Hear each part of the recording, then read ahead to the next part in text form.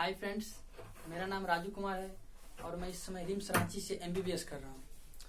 हम लोग पहले के कई लेक्चर्स में एनिमल किंगडम के बारे में देखे हैं, जिसमें उसकी जनरल कैरेक्टर के बारे में देखे। हमने पोरीफेरा फाइलम को पढ़ा, सिलेंट्रेटा फाइलम को पढ़ा और आज हम लोग एक नया फाइलम टीनोफोरा के बारे में पूरी डिटेल में पढ़ने वाले हैं। उसके साथ साथ इस वीडियोज में हम ये भी देखेंगे कि प्रीवियस ईयर से मतलब बीते सालों में टीनोफोरा फाइलम से नीट में कौन कौन से क्वेश्चंस पूछे गए हैं और साथ ही साथ इस पूरे फाइलम में क्या ज्यादा इंपॉर्टेंट है और क्या एग्जामिनेशन पॉइंट ऑफ व्यू से काफी ज्यादा इंपॉर्टेंट है। उन सारी चीजों को हम डिस्कस करेंगे और साथ ही साथ इतनी बेहतरीन तरीका से पढ़ेंगे इसको, आपको किसी और बुक से पढ़ने की कोई जरूरत नहीं पड़ेगी और सारे क्वेश्चन इजिली सॉल्व हो जाएंगे। तो हम लोग स्टार्ट करते हैं टीनोफोरा फाइलम के बारे में। तो टीनोफोरा फाइलम एक टर्म जो है टीनोफोरा, वो दो शब्दों से बना है, एक टीनो और दूसरा फोरा।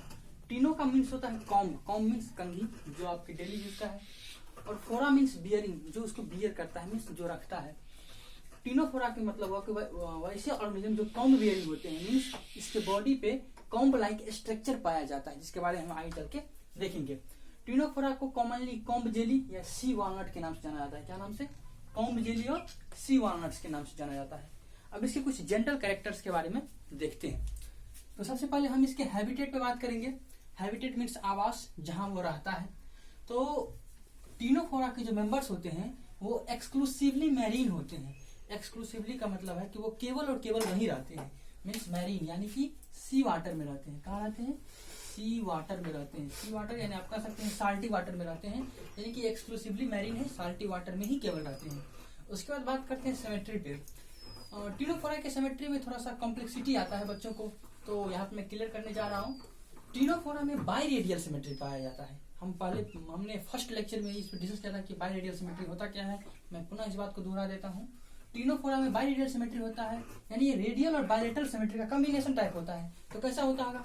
इसमें क्या होता है कि लेट सपोज मैं एग्जांपल दे रहा हूँ, जैसे एक सिलेंडर, तो ये सिलेंडर है। मैं आपको अगर बोलूंगा कि इसको दो इक्वल पार्ट्स में डिवाइड कीजिए जो सिमेट्रिकल हो, दो पार्ट्स, तो इसका सबसे शानदार, और लेट सपोज मैंने इसको एक इस तरह से काटा और एक मैंने इस तरह से काटा, यानी कि दो वर्टिकल प्लेन ऐसा था जो इसको दो सिमेट्रिकल हाफ में डिवाइड करते, लॉन्गिट्यूडनली नॉट ट्रांसवर्सली, लॉन्गिट्यूडनली दो वर्टिकल प्लेन, एक इस तरह से और एक इस तरह से, यानी ये दो वर्टिकल प्लेन ऐसा है जो इस सिलेंडर को दो इक्वल पार्ट्स में डिवाइड कर देता है। तो इस तरह की सिमेट्री को हम लोग बाइरेडियल सिमेट्री कहते हैं। तो बाइरेडियल सिमेट्री क्या है? मतलब the symmetry in which two vertical plane passes through its centre divided into two equal parts. तो ये हो गया बाइरेडियल सिमेट्री। लेकिन जब आपने एनसीईआरटी को देखिएगा तो वहां रेडियल सिमेट्री मेंशन किया गया है। तो एनसीईआरटी में रेडियल सिमेट्री है। तो अब आप बोलिएगा कि क्वेश्चन कैसे सॉल्व करेंगे एग्जाम में? तो बहुत सिंपल सा तरीका है। अगर आपके ऑप्शंस में बाइरेडियल सिमेट्री मेंशन किया गया है, अगर क्वेश्चन है कि टीनोफोरा में कौन सा सिमेट्री पाया जाता है, अगर बाइरेडियल सिमेट्री ऑप्शन में है तो निश्चित रूप से बाइरेडियल सिमेट्री को टिक किया जाए और वो 100% सही होगा। लेकिन अगर बाइरेडियल सिमेट्री नहीं है तो आप रेडियल सिमेट्री को प्रीफर कर सकते हैं। यानी फर्स्ट ऑप्शन ये, पहले आप इसको प्रीफर कीजिएगा और अगर ये नहीं है तो आप रेडियल सिमेट्री को प्रीफर कीजिएगा। उसके बाद करते हैं जर्म लेयर के बारे में। तो टीनोफोर्स के जो मेंबर होते हैं, एम्ब्रायोलॉजिकली उसके पास दो जर्म लेयर होता है, और वैसे ऑर्गेनिज्म जिसके पास दो ही जर्म लेयर पाया जाता है उसको हम डिप्लोब्लास्टिक बोलते हैं, जैसा कि हमने पहले लेक्चर में डिस्कस कर चुके हैं। तो इसमें दो जर्म लेयर होता है जिसे डिप्लोब्लास्टिक कहा जाता है। अब डिप्लोब्लास्ट कौन कौन से दो जर्म लेयर होते हैं? तो सबसे जो बाहर की तरफ होती है तो उसको बोलते हैं इक्टोडर्म। क्या बोलते हैं दोस्तों? इक्टोडर्म। और जो अंदर की तरफ होता है उसको हम लोग बोलते हैं इंडोडर्म। क्या बोलते हैं? इंडोडर्म। और between ectoderm and endoderm, ectoderm और इंडोडर्म के बीच में, इसके बीच में एक अनडिफरेंशिएटेड मास ऑफ सेल पाया जाता है जिसे हम बोलते हैं मीजोग्लिया। क्या बोलते हैं? मीजोग्लिया। ये मीजोग्लिया क्या होता है? ये अनडिफरेंशिएटेड, इसमें सेल डिफरेंशिएट नहीं होता है। Undifferentiated mass of cell, undifferentiated mass of cell means आप इसमें जो सेल पाए जाते हैं उसमें उसका कोई डिफरेंशिएशन नहीं होता है, कि पार्टिकुलर फंक्शन के लिए अडॉप्ट नहीं होते हैं, केवल एक मास ऑफ सेल पाया जाता है। मैं एक डायग्राम के बारे में समझाना चाहूंगा आपको। ये बाहर की तरफ मैंने क्रॉस सेक्शन लिया हूँ किसी टीनोफोर्स के बॉडी का, तो ये बाहर की तरफ है इक्टोडर्म, अंदर की तरफ है इंडोडर्म, और इस दोनों के बीच में आप ये जो देख रहे हैं ये पोर्शन, ये अनडिफरेंशिएटेड मास ऑफ सेल है और इसे हम लोग बोलते हैं मीजोग्लिया। क्या बोलते हैं दोस्तों? मीजोग्लिया। तो अब बात करते हैं हम लोग लेवल ऑफ ऑर्गेनाइजेशन पे। जैसा कि हमने देखा था पोरीफेरा में सेलुलर लेवल ऑफ ऑर्गेनाइजेशन था, उसका सिलेंट्रेटा में टिश्यू लेवल था, उसी प्रकार टीनोफोरा के मेंबर्स में भी टिश्यू लेवल ऑफ ऑर्गेनाइजेशन होते हैं। यानी कि लेवल ऑफ ऑर्गेनाइजेशन क्या होता था, यानी कि डिवीजन ऑफ लेबर, काम करने का जो बंटवारा है वो टिश्यू लेवल्स पे होते हैं। यानी सेल डिवाइड करके टिश्यू बनाते हैं और वो टिश्यू किसी पार्टिकुलर फंक्शन को इंजाम देते हैं, किसी पार्टिकुलर फंक्शन को करते हैं। और एक बहुत ही इंपॉर्टेंट कैरेक्टर के बारे में बात करने वाले हैं जो काफी ज्यादा इंपॉर्टेंट है, एग्जामिनेशन पॉइंट ऑफ व्यू से बहुत ज्यादा इंपॉर्टेंट है। उस प्रॉपर्टी को हम लोग बोलते हैं बायोलुमिनेसेंस। क्या बोलते हैं बायोलुमिनेसेंस? तो बायोलुमिनेसेंस डिस्कस करते हैं हम लोग। आखिरकार बायोलुमिनेसेंस होता क्या है? तो property of living organism to emit light, किसी भी सजीव प्राणी लिविंग ऑर्गेनिज्म का वैसा प्रॉपर्टी जिसके माध्यम से वो क्या कर सके, लाइट इमिट कर सके, लाइट प्रोड्यूस कर सके। आप लोग कॉमनली रात में एक इंसेक्ट होता है उसको देखिएगा, भले वो तो आर्थ्रोपोड्स के मेंबर है, लेकिन उसी तरह का कुछ प्रॉपर्टी टीनोफोर्स के मेंबर में पाया जाता है। उस प्रॉपर्टी को हम लोग क्या बोलते हैं? बायोलुमिनेसेंस, यानी property of living organism to emit light. ये वेल मार्क्ड प्रॉपर्टी है, यानी कि अगर आप टीनोफोर को देख के पहचान सकते हैं, यानी उसमें फिक्स है कि ये बायोलुमिनेसेंस प्रॉपर्टी होगा ही, इसलिए इसको वेल मार्क कैरेक्टर भी कहा जाता है। तो दोस्तों अब हम लोग बात करने वाले हैं टीनोफोर्स के बॉडी वॉल के बारे में। तो देखते हैं बॉडी वॉल में क्या होता है। तो बॉडी वॉल हम बता चुके हैं कि डिप्लोब्लास्टिक है, यानी इसके पास दो जर्म लेयर होते हैं, इक्टोडर्म इंडोडर्म, और दोनों के बीच में क्या होता है? मीजोग्लिया। तो इसके बॉडी वॉल में उसी प्रकार जो इक्टोडर्म होता है उसको लोग क्या बोलते हैं? एपिडर्मिस, यानी किसकी तरह होता है? इक्टोडर्म के लिए, इक्टोडर्म के लिए बाहर की तरफ होता है एपिडर्मिस, और अंदर की तरफ यानी इंटरनल साइड से जो लाइनिंग होता है बॉडी वॉल को उसको कहते हैं गैस्ट्रोडर्मिस, यानी कि इंडोडर्म। यानी ये हो गया इंडोडर्म आपका, और ये हो गया इक्टोडर्म, यानी कि इक्टोडर्म एपिडर्मिस होता है और इंडोडर्म गैस्ट्रोडर्मिस होता है। और दोनों के बीच में यानी कि एपिडर्मिस यानी external lining, gastrodermis internal lining के बीच में अनडिफरेंशिएटेड मास ऑफ सेल पाया जाता है, क्या बोलते हैं? मीजोग्लिया। तो ये आप देख सकते हैं कि ये एक जनरल टीनोफोर्स का स्ट्रक्चर है। तो ये बॉडी वॉल हो गया, यानी कि बाहर की तरफ इक्टोडर्म, फिर मीजोग्लिया, और अंदर की तरफ इंडोडर्म, और यहाँ पर कैविटी पाया जाएगा जिसके बारे में हम अभी डिस्कस करने वाले हैं। तो अब हम लोग बात करते हैं टीनोफोर्स के जनरल एग्जाम्पल लेके, एक डायग्राम के माध्यम से एक एग्जाम्पल लेके हम लोग समझने की कोशिश करते हैं। ये एक टीनोफोर्स है, इस टीनोफोर का नाम है प्लीरोब्रैकिया। क्या नाम है दोस्तों? प्लीरोब्रैकिया। इसमें कुछ स्ट्रक्चर है, इसको हम देखेंगे क्या है क्या। आपके एनसीईआरटी का डायग्राम है ये इसका बॉडी है। क्या है दोस्तों? इसका बॉडी है। इसमें ये जो पोर देख रहे हैं इसको हम लोग बोलते हैं एनल पोर। क्या बोलते हैं दोस्तों? Anal pore. और एक और पोर आप देख रहे होंगे, ये बोलते हैं, इसको बोलते हैं, जो मैं डॉटेड लाइन से रिप्रेजेंट किया हूँ, इसको बोलते हैं माउथ। यानी ये माउथ है और ये एनल पोर है। तो आप लोग कंफ्यूज हो रहे हैं कि माउथ नीचे कैसे हो गया, एनल पोर ऊपर कैसे हो गया। दरअसल ये ऊपर नीचे नहीं है, ये इंटीरियर पोस्टीरियर है, आगे पीछे है। एनल पोर इंटीरियरली लाई करता है। मैं बता रहा हूँ इंटीरियर क्या होता है। एनल पोर इंटीरियरली लाई करता है और माउथ पोस्टीरियरली लाई करता है, पोस्टीरियर। अब बोलिएगा ये इंटीरियर पोस्टीरियर क्या है? तो जैसे मैं बता रहा हूँ, ये मेरा बॉडी है, ये आगे वाला पोर्शन इंटीरियर और पीछे वाला पोर्शन पोस्टीरियर। तो ये आगे होगा यानी कि लाइक दिस, ये एनल पोर होगा और ये माउथ होगा। आगे की तरफ एनल पोर और पीछे की तरफ माउथ होगा। तो ये एनल पोर हो गया, ये माउथ हो गया। उसके साथ साथ इसके बॉडी पे 8 special kind of plates like structure पाया जिसको हम कॉम्ब प्लेट बोलते हैं। क्या बोलते हैं दोस्तों? Comb plate. इसी कारण इस फाइलम का नाम टीनोफोरा पड़ा है, जो हम पहले भी डिस्कस किए थे। कितने 8 कैसे? 1 2 3 4 5 6 7 8, यानी 8 कॉम्ब प्लेट पाए जाते हैं इसके बॉडी पे। और सारे कॉम्ब प्लेट के ऊपर में सीलिया प्रेजेंट होती है। क्या है दोस्तों? ये सीलिया। उसके साथ साथ इसमें 2 लॉन्ग हेयर लाइक स्ट्रक्चर पाए जाते हैं, लॉन्ग हेयर लाइक स्ट्रक्चर, जिसको हम लोग प्यार से टेंटेकल्स बोलते हैं। क्या बोलते हैं दोस्तों प्यार से? टेंटेकल्स। कितने होते हैं? नंबर 2। कॉम्ब प्लेट कितने होते हैं? 8। अब देखिए तो इसमें कॉम्ब प्लेट कितने होते हैं? 8 इन नंबर होते हैं। ये सिलिएटेड होते हैं। Ciliated means have cilia. क्या होता है दोस्तों? सीलिया। आप लोग पहले भी पढ़े होइएगा। सीलिया का क्या काम होता है? तो सीलिया लोकोमोटरी ऑर्गन होता है, लोकोमोशन में हेल्प करता है। अभी लोकोमोशन क्या होता है? तो लोकोमोशन का मतलब होता है एक जगह से दूसरे जगह तक जाना, चेंज इन पोजीशन, पोजीशन को चेंज करना। जैसे मैं यहाँ से यहाँ गया, दैट इज लोकोमोशन। तो कॉम्ब प्लेट 8 इन नंबर होते हैं, सिलेटेड होते हैं, उसके पास सीलिया होता है, और वो किस में हेल्प करते हैं? लोकोमोशन में हेल्प करते हैं। अब बात करते हैं ये 2 लॉन्ग टेंटेकल्स के बारे में। तो टेंटेकल्स 2 इन नंबर होते हैं। कितने होते हैं दोस्तों? 2 इन नंबर, केवल 2। आप देख सकते हैं इसके पास एक स्पेशल सेल पाया जाता है जिसको हम बोलते हैं कोलोब्लास्ट सेल। कई बार पूछा भी गया है कोलोब्लास्ट सेल कहाँ पाया जाता है, तो कहाँ पाया जाता है? ये टेंटेकल्स में पाया जाता है। और इसका फंक्शन क्या है? तो फंक्शन इंपोर्टेंट है। इसका फंक्शन होता है कैप्चर ऑफ फूड, भोजन को कैप्चर करने में हेल्प करता है।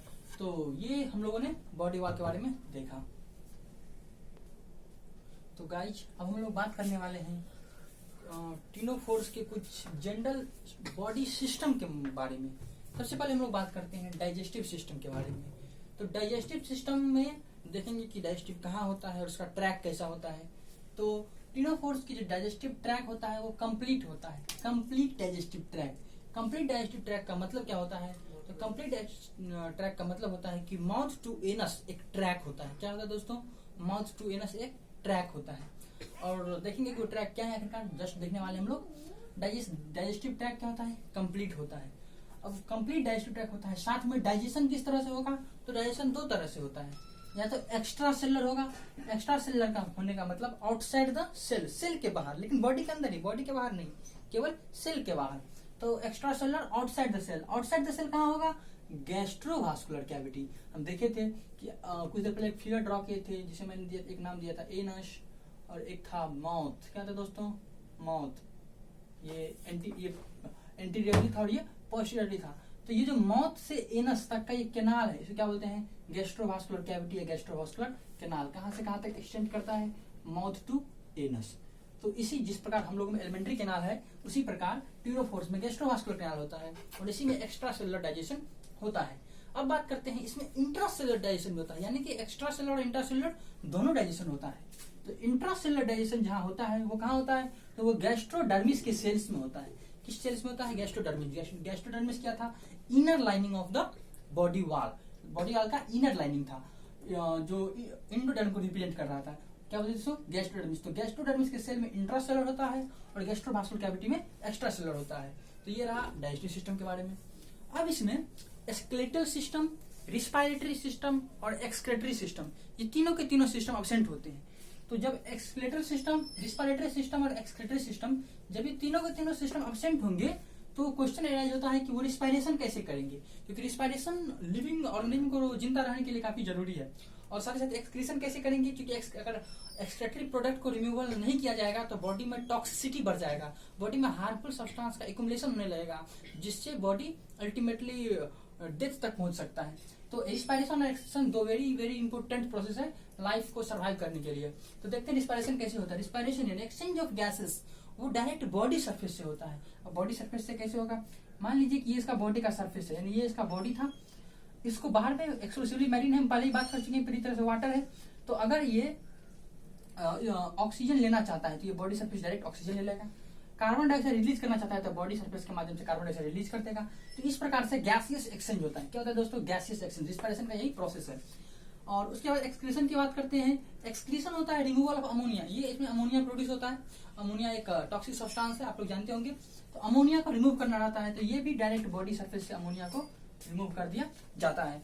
तो रिस्पायरेशन और excretion takes place by body surface, directly through body surface. किस प्रोसेस से?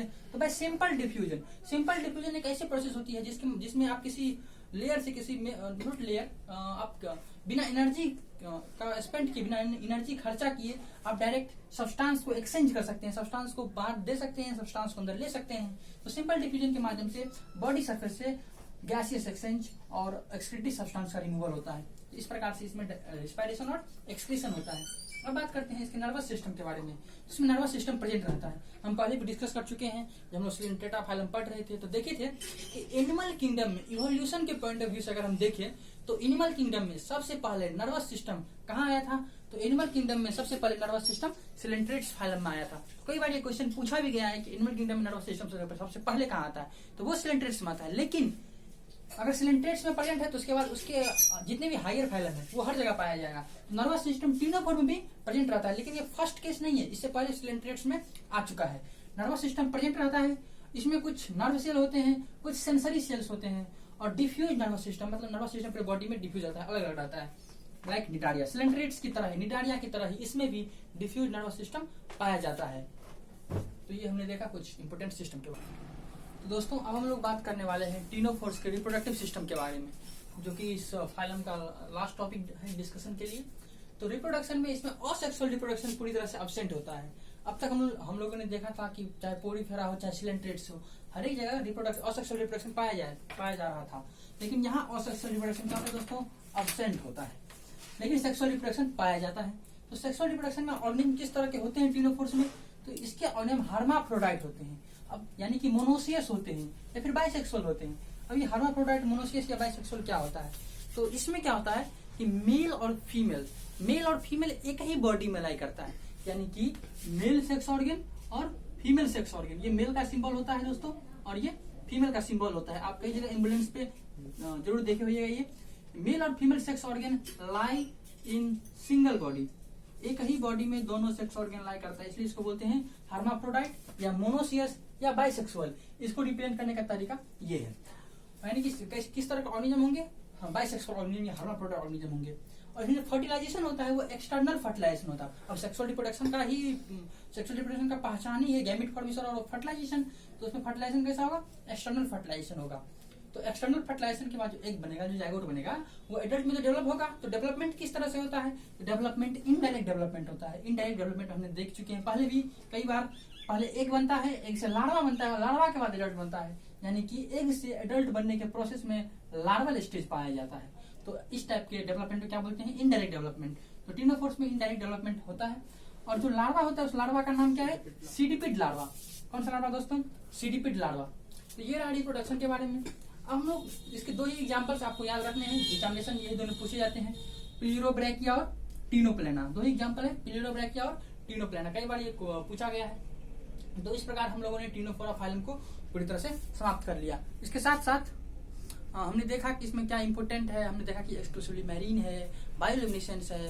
अलॉन्ग विद दिस हमने कुछ कोलोब्लास्ट सेल के बारे में देखा, कॉम्ब जेली के बारे में देखा जो 18 नंबर था, टेंटेकल्स के बारे में देखा जो 2 नंबर था। तो ये सारे पॉइंट्स कई बार एग्जाम में पूछे जा चुके हैं।